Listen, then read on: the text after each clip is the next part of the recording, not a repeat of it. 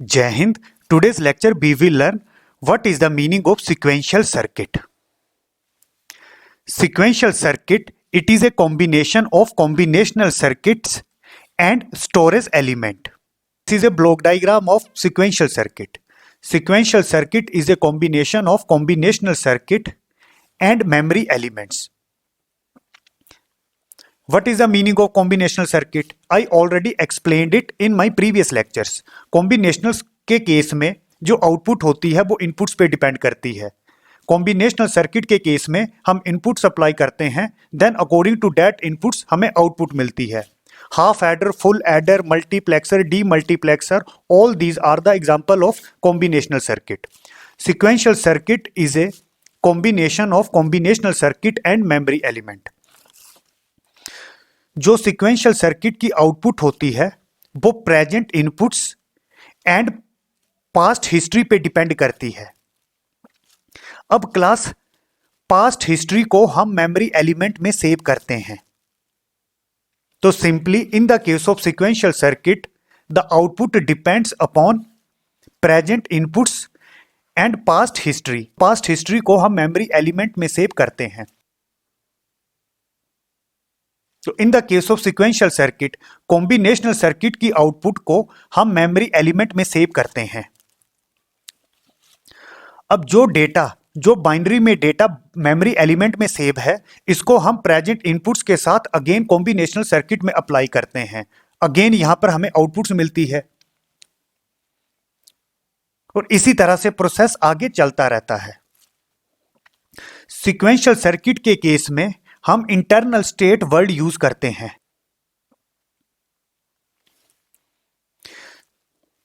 Sequential circuit के case में memory element में जो डेटा स्टोर होता है वो बाइनरी में स्टोर होता है. सीक्वेंशियल सर्किट के केस में हम इंटरनल स्टेट्स यूज करते हैं. There are two type of internal states. One is present state and second one is next state. What is the difference between present state and next state? At any instant of time जो data memory elements में store है उसको हम represent करते हैं present state से. अब present state binary data को प्रेजेंट इनपुट्स के साथ कॉम्बिनेशनल सर्किट में अप्लाई करते हैं. यहां पर हमें आउटपुट्स मिलेगी. सेम कॉम्बिनेशनल सर्किट की इस आउटपुट को अगेन मेमोरी एलिमेंट में अप्लाई करते हैं. अब जो मेमोरी एलिमेंट में नई आउटपुट मिलेगी उसको बोला जाता है नेक्स्ट स्टेट. और ये जो नेक्स्ट स्टेट है ये present state and present inputs जो हमने अप्लाई किया था उस पर डिपेंड करती है. तो जो नेक्स्ट स्टेट है वो डिपेंड करेगी प्रेजेंट स्टेट एंड और जो इनपुट हमने यहां पर अप्लाई किया था प्रेजेंट इनपुट्स, इस पे डिपेंड करती है. अब सेम ये जो नेक्स्ट स्टेट है it will work as a present state. यहां पर present state to next state transition हुआ. अब यही next state present state operate करेगी. अगेन इस कॉम्बिनेशनल सर्किट में इस प्रेजेंट स्टेट को हम प्रेजेंट इनपुट्स के साथ अप्लाई करेंगे. अगेन यहां पर नई आउटपुट्स मिलेगी. अगेन ये जो मेमोरी एलिमेंट है अब इसकी आउटपुट फिर चेंज होगी और जो हमें नई आउटपुट मिलेगी उसको हम बोलेंगे नेक्स्ट स्टेट. अगेन अब ये next state present state operate करेगी. इस तरह से present state to next state transition होता है. तो what are sequential circuit? Sequential circuit are those whose outputs at any instant of time. This is the outputs. Whose outputs at any instant of time are dependent on the external inputs. These are the external inputs. And present state. And present state of the circuit. जो data memory element में store होता है उसको present state बोलते हैं. That is on the past inputs. The past history is provided by feedback from the output back to the inputs. Past history थी इसको हम memory element की help से store करते हैं. Now I am going to summarize the sequential circuit. Sequential circuit is a combination of combinational circuit and memory elements. Sequential circuit की जो output होती है वो depend करती है present inputs and present state. What is the meaning of present state? Eight any instant of time जो memory element की output होती है या फिर जो बाइनरी डेटा मेमोरी एलिमेंट में स्टोर है उसको बोला जाता है प्रेजेंट स्टेट। तो सिक्वेंशियल सर्किट के केस में जो आउटपुट होती है वो present inputs and present state पे डिपेंड करती है। सिक्वेंशियल सर्किट के केस में हम इंटरनल स्टेट्स वर्ड यूज करते हैं। There are two type of internal states, one is present state and second one is next state. ये जो नेक्स्ट स्टेट है ये present state and present inputs पे डिपेंड करती है। एट ए टाइम जो मेमोरी एलिमेंट्स की आउटपुट है या फिर जो डेटा मेमोरी एलिमेंट में स्टोर है उसको हम रिप्रेजेंट करते हैं प्रेजेंट स्टेट से। अब इस प्रेजेंट स्टेट को हम कॉम्बिनेशनल सर्किट में अप्लाई करते हैं और साथ में कॉम्बिनेशनल सर्किट में हम प्रेजेंट इनपुट्स अप्लाई करते हैं। यहां पर हमें नई आउटपुट्स मिलेगी। सेम कॉम्बिनेशनल सर्किट की आउटपुट्स को हम मेमोरी एलिमेंट में अप्लाई करते हैं। अब जो मेमोरी एलिमेंट की नई आउटपुट मिलेगी उसको बोला जाता है नेक्स्ट स्टेट। अब ये जो नेक्स्ट स्टेट है ये present state and present input पे डिपेंड करती है। अब same next state will act as a present state. अब सेम प्रेजेंट स्टेट को अगेन हम प्रेजेंट इनपुट्स के साथ कॉम्बिनेशनल सर्किट में अप्लाई करेंगे। अगेन फिर मेमोरी एलिमेंट की आउटपुट चेंज होगी। अब जो नई मेमोरी एलिमेंट की आउटपुट मिलेगी उसको बोला जाएगा नेक्स्ट स्टेट। अगेन अब ये जो नेक्स्ट स्टेट है it will work as a present state. Again present state को फिर इनपुट्स में अप्लाई करेंगे। अगेन यहां पर फिर नई नेक्स्ट स्टेट मिलेगी। तो इस तरह से सिक्वेंशियल सर्किट में present state to next state transition होता है। Here we use two memory element. एक मेमोरी एलिमेंट की हेल्प से हम 1 बिट डेटा स्टोर कर सकते हैं। अगर हमें 2 बिट डेटा को स्टोर करना है तो यहां पर हमने 2 मेमोरी एलिमेंट लगाए हैं। इसी तरह से अगर 3 बिट डेटा स्टोर करना है तब हमें 3 मेमोरी एलिमेंट लगाने पड़ेंगे। Now what is the difference between combinational circuit and sequential circuit. Combinational के केस में जैसे ही हम इनपुट अप्लाई करते हैं उसी टाइम हमें आउटपुट मिल जाएगी। तो सिंपली जो आउटपुट है वो इनपुट पे डिपेंड करती है। And this is a sequential circuit. Sequential circuit के केस में जो आउटपुट होती है वो present inputs and present state पे डिपेंड करती है। प्रेजेंट स्टेट को हम प्रीवियस हिस्ट्री बोल सकते हैं। उस प्रीवियस हिस्ट्री को मेमोरी एलिमेंट में स्टोर करते हैं। In the case of combinational circuit, the output at any instant of time are depend only on present inputs। जो present में inputs होंगी according to that inputs हमें output मिलेगी। In the case of sequential circuit, the output slash outputs, output एक या एक से ज्यादा हो सकती हैं, at any instant of time are depend on present inputs। जो inputs हम present में यहां पर अप्लाई करेंगे and प्रेजेंट स्टेट। और प्रेजेंट स्टेट क्या होती है? That is on the past history of the system. Simply जो मेमोरी एलिमेंट की आउटपुट होती है उसी को ही प्रेजेंट स्टेट बोलते हैं। In the case of combinational circuit memory unit is not required.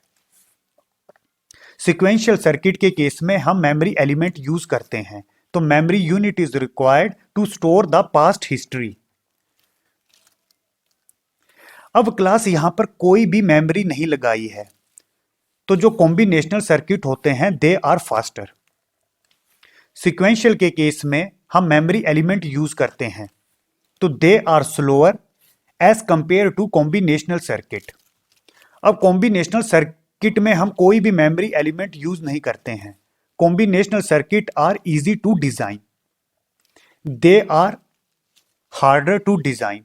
Why? Because in this case we have to use memory elements. Classification of sequential circuit. Sequential circuit को हम 2 parts में divide कर सकते हैं। One is synchronous sequential circuit, second one is asynchronous sequential circuit. This is a block diagram of synchronous sequential circuit.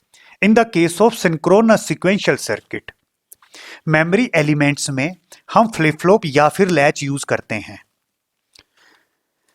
Sequential circuit is a combination of combinational circuit and memory elements. Synchronous sequential circuit के case में memory element में हम flip flops या फिर latches use करते हैं। Sequential circuit में present state to next state transition होता है।